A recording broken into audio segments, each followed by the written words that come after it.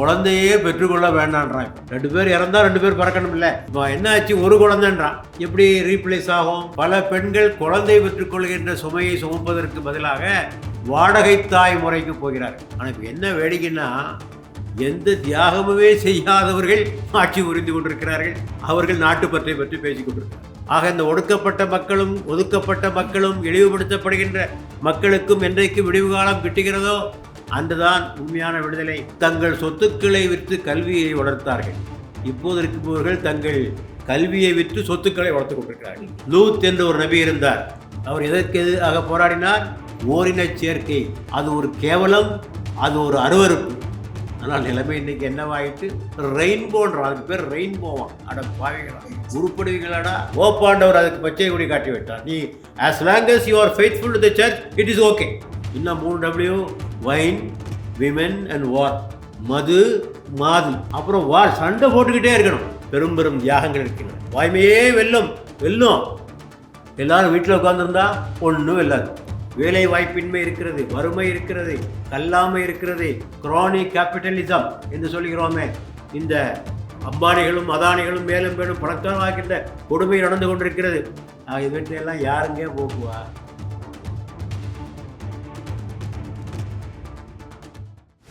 தியாகம் இன்றி வெற்றி இல்லை, வலிகள் இன்றி வழி இல்லை. வலியை அனுபவிக்காமல் உங்களால் வழிகளை பெற முடியாது. தாயின் தியாகத்தில் தான் மனிதன் பிறக்கிறார். தாயினுடைய தியாகம் 9 மாத காலம் வயிற்றிலே சுமந்து பிரசவ வேதனையை அனுபவித்து அதற்கு பிறகு மனிதன் வருகிறார். அந்த வேதனையை அனுபவிக்கவில்லை என்று சொன்னால் மனித இனம் விருத்தி அடைந்திருக்காது. குழந்தையே பெற்றுக்கொள்ள வேண்டான்றான். இப்போ ஒரு குடும்பத்துக்கு 2.1 இருக்கணும். 2 பேர் இறந்தா 2 பேர் பிறக்கணும் இல்லை. இப்போ என்ன ஆச்சு, ஒரு குழந்தைன்றான். எப்படி ரீப்ளேஸ் ஆகும்? நம்ம நாட்டில் இப்போ 1.7 இருக்குது. 1.7 இருக்குது பிறப்பு விகிதம். சைனாவில் 0.7 ஆகி போச்சு. பிறப்பு விகிதம் குறைந்து கொண்டே போகிறது. அவன் தான் ஒரு குழந்தை பெருன்னா, நீ சொன்னியா ஒரு குழந்தை, நாங்கள் ஒரு குழந்தை கூட பெற்றுக்க மாட்டோம், அதுக்கு கீழே தான் நாங்கள் பெறுவோம் என்று அவர்கள் போய்விட்டார்கள். இந்த தியாகத்தை செய்வதற்கு தயாராக இல்லை. பல பெண்கள் குழந்தை பெற்றுக்கொள்கின்ற சுமையை சுமப்பதற்கு பதிலாக வாடகை தாய் முறைக்கு போகிறார்கள். சரோகேட் மதர் என்று சொல்லக்கூடிய நிலைக்கு போகிறார்கள். இப்படியெல்லாம் போனால் என்ன ஆகும்? நாளுக்கு பெருக பெருக இளைஞர்களுடைய எண்ணிக்கை குறையும், முதியோருடைய எண்ணிக்கை பெருகும்.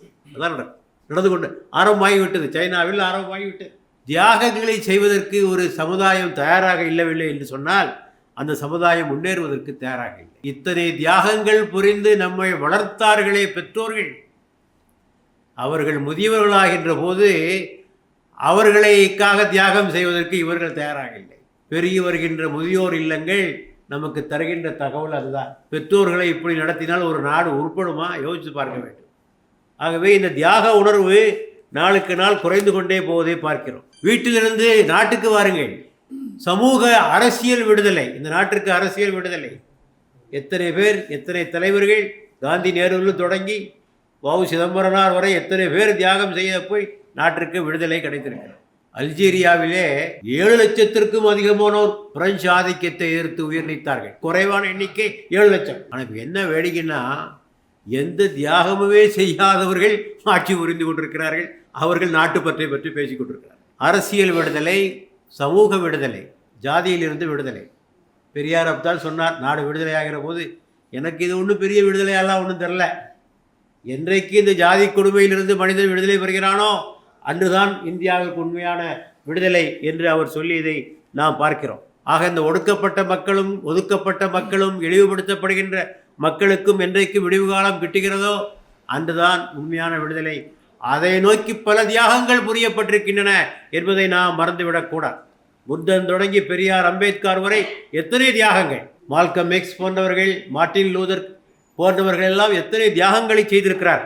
டாக்டர் அம்பேத்கர் ஒரு முறை அவரை சந்திப்பதற்காக சிலர் செல்லுகிறார்கள் அவருடைய அலுவலகத்திற்கு. ராத்திரி 12 மணி 1 மணி படித்து கொண்டிருக்கிறார். அப்போது என்ன இந்த சமயத்திலே நீங்கள் இதை படித்து கொண்டிருக்கிறீர்கள் என்று சொல்லும் போது, என்னுடைய சமுதாயம் விடுதலை பெற வேண்டும் என்றால் நான் இதை படித்து அனைத்து விஷயங்களையும் நான் தெரிந்துதான் ஆக வேண்டும். ஆக ஒவ்வொருவரும் இரத்தம் சிந்திதான், தியாகங்கள் புரிந்துதான் தங்களுடைய சமுதாயத்தை அவர்கள் முன்னேறியிருப்பதை உங்களால் புரிந்து கொள்ள வேண்டும். இந்த நாட்டிலே அறியாமை இருள் சூழ்ந்து கடந்த போது எத்தனை பேர் தங்கள் சொத்துக்களை தியாகம் செய்து கல்விக்கூடங்களை உருவாக்கினார்கள். ஒரு அழகப்ப செட்டியார், ஒரு பச்சையப்ப முதலியார், ஒரு ஜமால் முகம்மது, ஒரு சி அப்துல் ஹக்கீம், ஹாஜி கர்த்தராவுத்தர், இப்படி எத்தனை பேர் பட்டியல் சொல்லிகிட்டே போக முடியும் நம்மால். கிறிஸ்தவ மிஷினரிகள், இவர்களெல்லாம் செய்த தியாகத்தினுடைய விளைவாகத்தான் நாம் எல்லாம் அறிவு கண் திறக்கப்பட்டோம். அதான் ஒருவர் சொன்னார், அவர்கள் தங்கள் சொத்துக்களை விற்று கல்வியை வளர்த்தார்கள், இப்போது இருப்பவர்கள் தங்கள் கல்வியை விற்று சொத்துக்களை வளர்த்து கொண்டிருக்கிறார்கள். ஆகவே அங்கும் தியாகம்தான். எல்லோரும் தங்களுடைய மனைவியுடைய நகைகளை எல்லாம் அடகு வைத்து கல்விக்கூடங்களை நிறுவுகின்ற காட்சியை நாம் பார்க்கிறோம். ஆகவே அங்கும் தியாகம்தான். உரிமைகள் பெறுவதற்கு தியாகம், பெண்கள் உரிமை, தொழிலாளர் உரிமை, விவசாயிகள் உரிமை, இதெல்லாம் லேசாக ஒன்றும் கிட்டலை. எத்தனையோ பேருடைய உயிர் உடைமைகள் தியாகம் செய்யப்பட்டு தான் இந்த விடுதலை கிட்டியது நமக்கு. ஆகவே அதுபோல எத்தனையோ தீமைகளை ஒழிப்பதற்காக, உடன்கொட்டை ஏறுதலை ஒழிப்பதற்காக, தேவதாசி முறையை அகற்றுவதற்காக எல்லாம் பெரும் பெரும் தியாகங்களுக்கு பிறகுதான் இவையெல்லாம் நடைபெற்றிருக்கின்றன. மொழிப்போர் தியாகிகள்.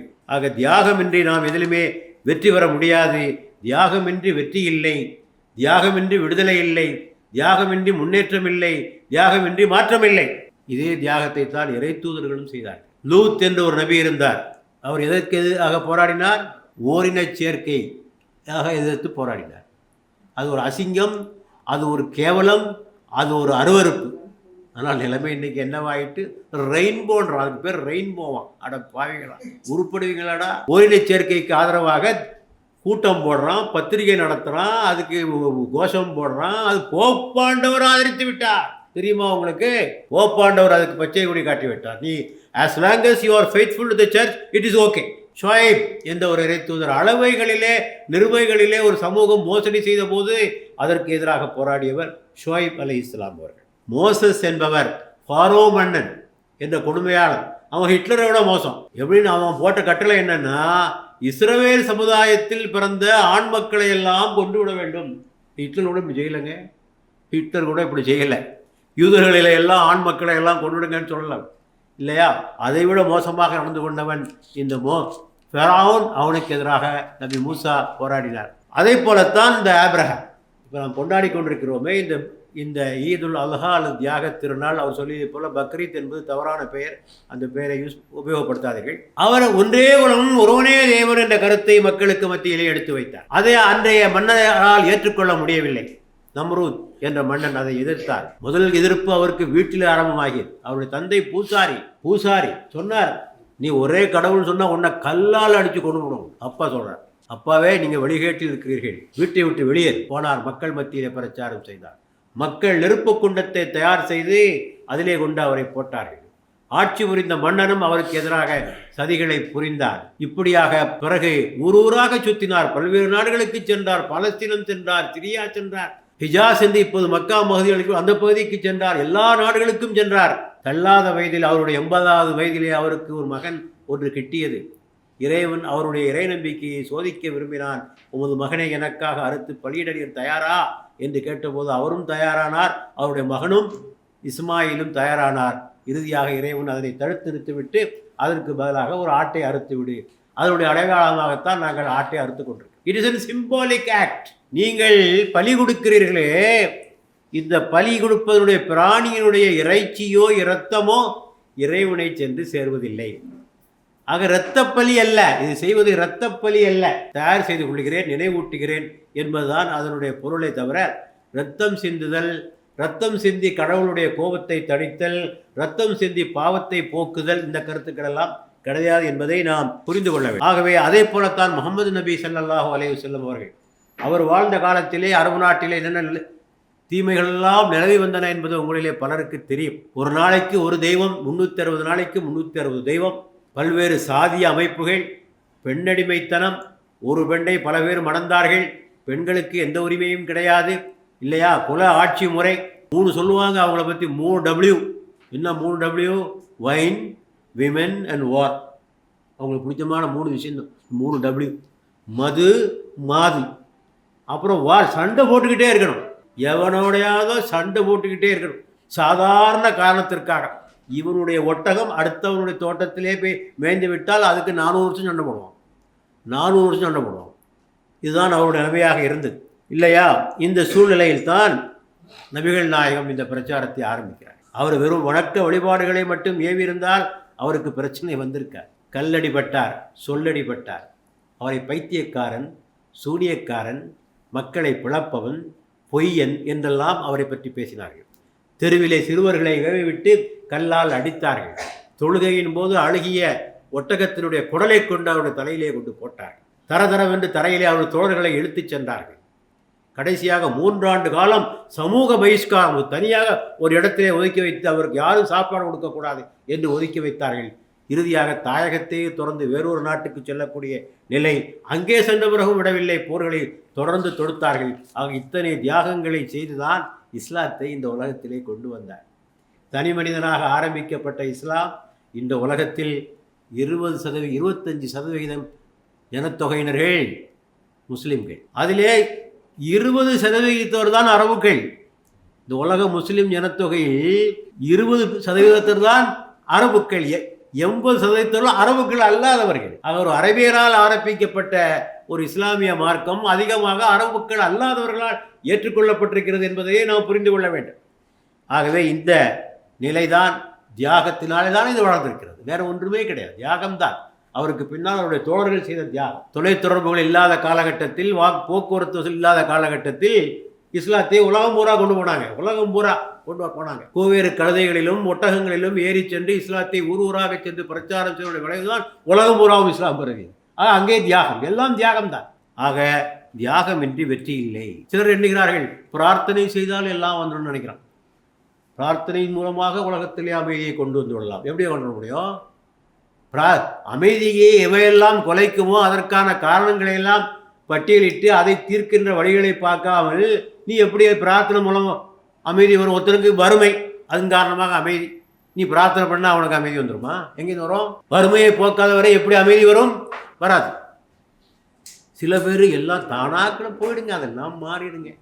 அதான் பட்டுக்கோட்டையார் பாடினார், தானா எல்லாம் மாறும் என்பது பழைய பொய்யடா, பழைய பொய்யடா என்று பட்டுக்கோட்டை கல்யாண சுந்தரம் பாடு. ஒன்றும் தானாகலாம் ஒன்றும் மாறாது. ஒவ்வொரு மாற்றத்திற்கு பின்னாலும் பெரும் பெரும் தியாகங்கள் இருக்கின்றன. வாய்மையே வெல்லும். எல்லாரும் வீட்டில் உட்கார்ந்துருந்தா ஒன்றும் வெல்லாது.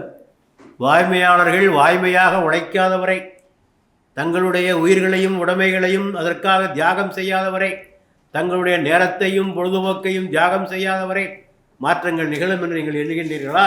ஒன்றும் நடைபெறாது. ஆகவே அன்புக்குரிய தோழர்களே, இன்று நமது நாட்டில் பல தீமைகளும் பல அநீதிகளும் கொடுமைகளும் சூழ்ந்து நிற்கின்றன.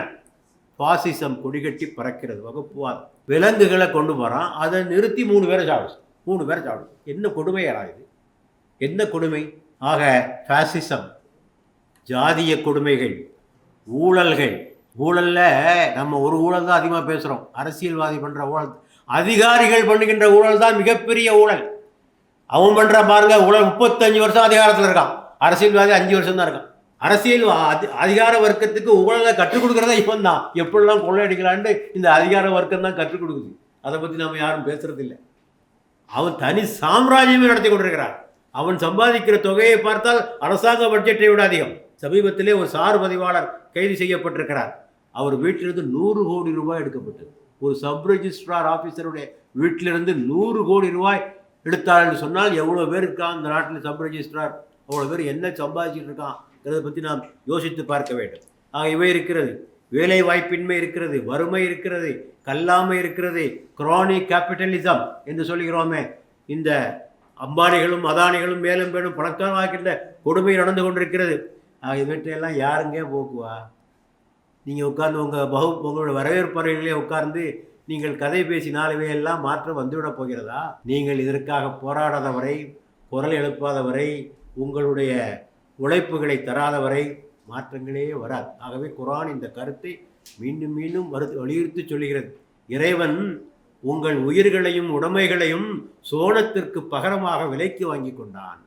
உயிரை கொடு, உடமையை கொடு, அதுக்கு பதிலாக இறைவன் சோனத்தை தருவான் மறுமையில். எவ்வளோ முடியுமோ அவ்வளோ போராடு. தீமைகளை கண்டால் கரத்தால் தடு.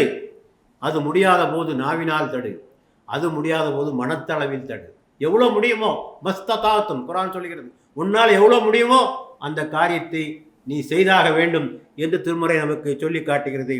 உங்களை கொண்டும் உங்கள் உடைமைகளை கொண்டும், உங்களை கொண்டும் என்றால் உங்களது உயிர், உங்களுடைய திறமை, உங்களுடைய ஆற்றல், உங்களுடைய உழைப்பு, உங்களுடைய ஆளுமை எல்லாம் சேர்ந்ததான் அதில் அடங்கும். அவற்றை கொண்டும் உங்களுடைய செல்வத்தை கொண்டும் நீங்கள் போராடினால் உங்களுக்கு வெற்றி கிடைக்கும் என்று சொல்லப்பட்டிருக்கிறது. ஆகவே இந்த தியாக திருநாள் நமக்கு தருகின்ற பாடம் அதுதான். தியாகங்கள் புரியாமல் வெற்றி இல்லை, தியாகங்கள் புரியாமல் மாற்றமில்லை, தியாகங்கள் புரியாமல் முன்னேற்றமில்லை, தியாகங்கள் புரியாமல் வளர்ச்சி இல்லை. ஆக இருளை சபிப்பதை விட்டுவிட்டு ஒளியை ஏற்றுங்கள். வாய்ப்பளித்தவர்களுக்கு நன்றி. எல்லா புகழும் இறைவன். இந்த இஸ்லாமிய விழாக்களுக்கும் முற்போக்கு இயக்கங்களுக்கும் இடையிலே ஒரு நீண்டகால பாரம்பரியம் இருக்கிறது என்பது நமக்கு தெரியும். குறிப்பாக பார்த்தோம் என்று சொன்னால் இந்த ஆண்டு என்பது சுயமரியாதை இயக்கத்துடைய நூற்றாண்டு, குடியரசு இதழை பெரியார் தொடங்கியதுடைய நூற்றாண்டு. பெரியார் ஒரு கடவுள் மறுப்பாளர் என்பது எல்லாருக்குமே தெரிந்த ஒரு விஷயம். ஆனால் அவரே தான் இணையிழிவு நீங்க இஸ்லாமியராக மாறுங்கள் என்கிற ஒரு பிரச்சாரத்தை முன்னெடுத்தார் என்பதுமே நமக்கு எல்லாருக்குமே தெரியும். சுயமரியாதை இயக்கம் குடியரசு இதழை பற்றி சொல்லுகிற பொழுது ஒரு செய்தியை சொல்ல வேண்டும். அவர் காங்கிரஸ்காரராக இருந்த காலகட்டத்திலே வைக்கம் போராட்டத்தில் ஈடுபட்டார். இந்த வைக்கம் போராட்டம் முடிந்த ஒரு வெற்றி விழா என்பது பெரியாருடைய தலைமையில் நடக்கிற பொழுது அவர் பேசுகிற பொழுது என்ன சொல்கிறார் என்று சொன்னால், அன்றைக்கு பெரியாருடைய கருத்து மட்டுமல்ல, பெரும்பாலான காங்கிரஸ்காரர்கள் இந்திய தேசியவாதிகளுடைய கருத்து என்பது அதுவாகத்தான் இருந்தது. அந்த விழாவில் பேசுகிற பொழுது என்ன சொல்லுகிறார் என்று சொன்னால், இங்கே இந்து மதத்தை பொறுத்த வரைக்கும் ஒடுக்கப்பட்ட மக்களுக்கு சமமான உரிமை கிடைப்பதில்லை.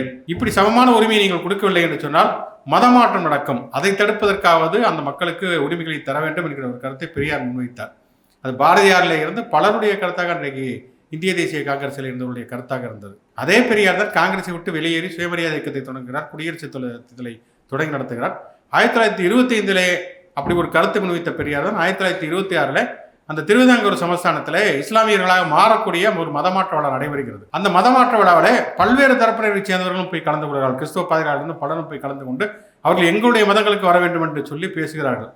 அந்த கூட்டத்தில் பெரியார் கலந்து கொண்டு, நீங்கள் எந்த மதத்துக்கும் போகாதீர்கள், மதம் மாறுவது என்று சொன்னால் நீங்கள் இஸ்லாமியர்களாக மாறுங்கள் என்கிற ஒரு கருத்தையுமே அவர் முன்வைக்கிறார். 25 26 ஓராண்டு காலம் அப்படிப்பட்ட ஒரு மனமாற்றம் பெரியாருக்கு நடந்தது. தொடர்ச்சியாகவே பல கூட்டங்களில் அவர் பேசினார். அவர் பேசுகிற பொழுது கூட தொடர்ச்சியாக அவர் என்ன சொன்னார் என்று சொன்னால், இவர்கள் இஸ்லாமியர்களாக இஸ்லாமிய மதத்துக்கு போங்கள் என்று நான் சொல்வதற்கு அவர்கள் கடவுளை கூப்பிடுவதற்கு அல்லது ஒரு மத நம்பிக்கையுடையவர்களாக இருப்பது என்பதற்காக அல்ல, சமத்துவத்தை முன்னிறுத்துவதற்காகத்தான் நான் இதை சொல்லுகிறேன் என்பதையும் தொடர்ச்சியாக சொன்னார். அவர் பல மிலாது நபி விழாக்களை அவரே நடத்தியிருக்கிறார். பல மிலாது நபி விழாக்களை அவர் கலந்து கொண்டிருக்கிறார். இன்னும் சொல்லப்போனால் அண்ணா கலைஞரை சந்தித்ததே அப்படிப்பட்ட ஒரு மிலாது நபி விழாவில், திருவாரூரில் நடைபெற்ற அந்த மிலாது நபி விழாவிலே தான் முதலாக அண்ணா கலைஞர் சந்திக்கிறார் என்பதையெல்லாம் நாம் பார்க்கிறோம். இன்றைக்கும் கூட பெரும்பாலான இந்துத்துவவாதிகள் முன்வைக்கக்கூடிய விமர்சனம், இவர்கள் இதையெல்லாம் பேசிவிட்டு கடைசியில போய் நோன்பு திறக்க போய்விடுவார்கள் என்கிற விமர்சனத்தை எல்லாம் இந்துத்துவவாதிகள் முன்வைப்பார்கள் என்பதெல்லாம் நாம் பார்த்திருக்கோம். அப்படி தொடர்ச்சியாகவே இங்கே இருக்கக்கூடிய முற்போக்கு இயக்கங்களுக்கு கடவுள் மதம் இதையெல்லாம் அப்பாற்பட்டு இஸ்லாமியர்களோடு ஒரு இணக்கத்தை கோருவதும் இணக்கத்தை பூணுவதும் ஒரு உறவினை தொடர்ச்சியாக முன்வைப்பதும் அவருடைய விழாக்களிலே கலந்து கொள்வதும், அதே போல இஸ்லாமியர்களும் திராவிட இடதுசாரி இயக்கத்தை சேர்ந்த முற்போக்கு சிந்தனையாளர்களை தங்களுடைய விழாக்களிலே அழைப்பது, கருத்துக்களை பகிர்ந்து கொள்வது என்பதும் ஒரு தொடர்ச்சியான ஒரு நீண்ட மரபாகவே இருக்கிறது அப்படிங்கிறது நம்ம பார்க்குறோம். அதனால இஸ்லாமிய இதழ்களுமே கூட அவங்களுடைய இதழ்களுமே கூட மதம் சார்ந்த அடையாளங்களை தாண்டி சமரசம் என்கிற பெயராக இருக்கட்டும் அல்லது சமநிலை சமுதாயம் என்ற பெயர் வைப்பதாக இருக்கட்டும், அப்படி ஒரு பொதுவான பண்பு சார்ந்த பெயர்களை அந்த இதழ்களுக்கு வைப்பது என்பதுமே நடந்து கொண்டிருப்பது என்பதை பார்க்கிறோம். அதனுடைய தொடர்ச்சியாகத்தான் நான் இந்த இஸ்லாமிக் ஃபவுண்டேஷன் ட்ரஸ்ட் நடத்தக்கூடிய ஒரு விழாவையுமே பார்க்கிறோம். இன்றைக்கு இந்த ஆண்டு நடத்தக்கூடிய ஒரு விழா என்பது உண்மையிலேயே நமக்கு ஒரு மகிழ்வையும் ஒரு வெற்றி செய்தியும் தரக்கூடிய ஒரு விழாவாகவே இருக்கிறது. தமிழ்நாட்டை பொறுத்த வரைக்கும் நமக்கு ஒரு நீண்ட பாரம்பரிய மரபு இருக்கிறது. நாம் ஒரு மதச்சார்பின்மை, ஒரு இந்துத்துவ எதிர்ப்பு என்பதை தொடர்ச்சியாகவே நாம் பேரிக்கொண்டு வந்து கொண்டிருக்கிறோம். கிட்டத்தட்ட 3வது தடவையாக இங்கே பிஜேபி தோல்வியை தளவக்கூடிய அளவிற்கு இந்தியா முழுக்க மோடிகளை பரவலாக வீசிய 2014 இந்த 2024 வரைக்கும் தொடர்ச்சியாக 3 முறை பிஜேபி எதிர்ப்பு, மோடி நிராகரிப்பு என்பதை ஒரு வலுவான உரத்த குரலில் சொன்ன ஒரு மண்ணாக தமிழ்நாடு இருந்திருக்கிறது. பக்கத்தில் இருக்கிற கேரளாவிலே கூட அவர்கள் ஒரு இடத்தை கால் ஊன்றி விட்டார்கள். ஆனால் தமிழ்நாட்டிலே மொத்தமாக அவருடைய இடத்தை காலி செய்திருக்கிறோம் என்கிற அளவில் இது ஒரு வெற்றி செய்தி. ஆனால் தமிழ்நாட்டை பொறுத்த வரைக்கும் இது ஒரு புதிய செய்தி அல்ல. எங்கே அவர்கள் ஒரு இந்துத்துவத்தின் பரிசோதனை சாதனையாக முன்வைத்திருந்தார்களோ ஒரு குஜராத், உத்தரப்பிரதேசத்திலே, அந்த உத்தரப்பிரதேசத்திலே அவர்கள் தோல்வியை தழுவியிருக்கிறார்கள். அதுவும் அயோத்தி ராமர் கோயில் அமைந்திருக்கக்கூடிய அந்த பைசாபாத் தொகுதியிலே அவர்கள் தோல்வியை தழுவியிருக்கிறார்கள் என்பது தமிழ்நாட்டை தாண்டியும் இந்த கருத்து பரவி இருக்கிறது என்பது நமக்கு ஒரு உண்மையிலே மகிழ்ச்சி அளிக்கக்கூடிய ஒரு செய்தி. என்னவென்று சொன்னால், அந்த நாடாளுமன்ற தேர்தலுடைய 7 கட்ட தேர்தல் நடக்கிறது என்று சொன்னால், முதல் கட்ட தேர்தலிலே மோடி அவர்கள் அந்த இந்துத்துவ கருத்துக்களை ஒரு வலுவாக முன்வைக்கவில்லை. ஏனென்று சொன்னால் தமிழ்நாட்டுக்கு ஒரு பிரச்சாரம் வருகிறார். தமிழ்நாட்டுக்கு 8 முறை ஒரு பிரச்சாரம் வருகிற பொழுது அவர் இஸ்லாமிய எதிர்ப்பு அல்லது சிறுபான்மையினர் எதிர்ப்பு என்று அவர் முன்வைக்கவே இல்லை. அவர் பேசியதெல்லாம் பல விஷயங்கள். எம்ஜிஆர் நல்லவர், ஜெயலலிதா மிகவும் நல்லவர், விஜயகாந்த் மிக மிக நல்லவர், இப்படிதான் பேசிக்கொண்டிருந்தாரே தவிர அவர் ஒரு வலுவான ஒரு வகுப்புவாத கருத்துக்கள் அவர் முன்வைக்கவில்லை. தமிழ்நாட்டில் தேர்தல் முடிந்ததற்கு பிறகுதான் தன்னுடைய ஒரு கோரமான மதவெறுப்பு பிரச்சாரத்தை அவர் தொடங்கி நடத்த ஆரம்பித்தார். அந்த முதல் கட்ட தேர்தலில் இருந்து அந்த 7வது கட்ட தேர்தல் வரைக்கும் 6 கட்ட தேர்தல் பிரச்சாரங்களை மோடி தொடர்ச்சியாக பேசியது என்னவென்று சொன்னால் ஒரு பெரும்பான்மைவாதம். பெரும்பான்மை மக்களுடைய சொத்துக்களை எடுத்து சிறுபான்மையினருக்கு கொடுத்து விடுவார்கள், பெரும்பான்மை மக்களுடைய இடஒதுக்கீட்டை எடுத்து சிறுபான்மை மக்கள் கொடுத்து விடுவார்கள். அரசியல் சட்டத்தில் அப்படியான இடமே கிடையாது என்று அவருக்கு நன்றாகவே தெரியும். இருந்தாலும் மறுபடியும் அந்த பொய் பிரச்சாரத்தை முன்வை பெரும்பான்மை மக்களுடைய இடஒதுக்கீட்டை எடுத்து சிறுபான்மை கொடுத்து விடுவார்கள், பெரும்பான்மை மக்கள் வீடுகளில் இருக்கக்கூடிய எருமை மாடுகளை எடுத்து சிறுபான்மை கொடுத்து விடுவார்கள், இவர்கள் ஆட்சிக்கு வந்தால் சிறுபான்மை மக்களுக்கு தனியாக பட்ஜெட் போடுவார்கள். இப்படி தொடர்ச்சியாக சிறுபான்மை மக்களை புறக்கணிக்கக்கூடிய ஒரு பெரும்பான்மைவாதத்தை அவர் தொடர்ச்சியாக முன்வைத்தார். இன்றைக்கு தேர்தல் முடிவு என்ன வந்திருக்கு என்று சொன்னால் அந்த கட்சியினுடைய ஆட்சியே ஒரு சிறுபான்மை ஆட்சியாக, ஒரு மைனாரிட்டி கவர்மெண்டாக இன்றைக்கு வந்திருக்கிறது. எந்த மைனாரிட்டி மக்களுக்கு எதிராக தொடர்ச்சியாக பிரச்சாரத்தை மோடி முன்வைத்தாரோ அந்த மோடி இன்றைக்கு ஒரு மைனாரிட்டி அரசாங்கத்தை நடத்தக்கூடிய ஒரு சூழலுக்கு வந்திருக்கிறார் என்று சொன்னால் இங்கே இருக்கக்கூடிய பெரும்பான்மை மக்கள் மோடி முன்வைத்த பெரும்பான்மைவாதத்தை நிராகரித்திருக்கிறார்கள். இந்த நாடு என்பது வெறுமனே பெரும்பான்மை மக்களுக்கு மட்டும் சொந்தமானது கிடையாது. இந்த நாடு என்பது பெரும்பான்மை மக்கள், சிறுபான்மை மக்கள் என்று எல்லா மக்களுக்கும் சொந்தமான ஒரு நாடுதான். அப்படிப்பட்ட ஒரு பன்மைத்துவம் தான் இன்றைக்கு தேவை என்பதை தமிழ்நாடு தொடர்ச்சியாக முன்வைக்கக்கூடிய குரலை இன்றைக்கு இந்தியாவும் முன்வைக்கக்கூடிய ஒரு குரலாக நாம் பார்க்கிறோம். இன்றைக்கு ஒரு முழுமையான வெற்றி கிடைக்காமல் போயிருந்திருக்கலாம், வெற்றி என்பது தள்ளி போயிருந்திருக்கலாம். ஆனாலும் கண்டிப்பாக நமக்கு வெற்றி கிடைக்காவிட்டாலும் பிஜேபிக்கு கடுமையான தோல்வி கிடைத்திருக்கிறது என்பதை அவர்களே உணர்ந்திருப்பார். அவருடைய பதவியேற்பு அளவில் இறந்து ஆரம்பித்து தொடர்ச்சியாக மோடியுடைய முகத்தை பார்த்தாலே தெரியும் அது எவ்வளவு மிகப்பெரிய தோல்வி என்று.